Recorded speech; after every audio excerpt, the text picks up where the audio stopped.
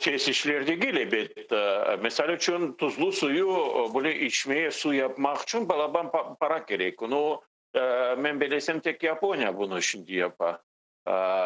Ve pek balaban paralar, balaban enerji gerek. O kadar enerji kırımın da yok.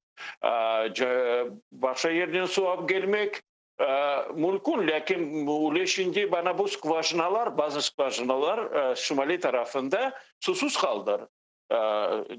Ne demekti bu? Debitleri bitti, suları bitti o skvajinaların.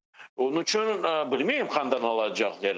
Çıkaran Baksaray rayonun bu skvajinalar meselesi biraz yaxşı ama koylarda yaramayık. İkinci Baksaray'da böyle nasıl aytayım, başkalara bakanda çıkaran güzelce derim. Hı hı. Onun için bundan bizden alacak olsalar su, evet de bizim skvajinalarımız boş kalacak, bizde su olmayacak.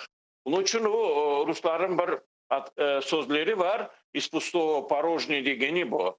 Onun için global su algılanması problemleri pek ağır. Ve ben bilmiyorum onu nasıl çözecekler. Bütün şimali taraflar kaldı susuz, böyle osturmaya bir şey olmayacak. Bakçıray rayonda, bana Bakçıray'da Akdembeli'dir anda bizde bir stavok var. Onlar hepsi boşadı, hepsi susuz kaldı. Bir 30% kaldı. Çünkü bağlara, böyle ekimlere su yetmiyor. Hı hı. Fermerlere su yetmiyor. Ama bu su probleması tek insanlar değil. İnsanlar da hoş oldu. Çünkü bu armiyası geldiğinde bir 350 bin insan hoş oldu. Tahmin bir Simferopol kadar bir şehir hoş oldu. Bu da var. İkinciden bana bu tavrı da çakıl yapkanda pek çok su gitti. O problem var. Beton yapıla.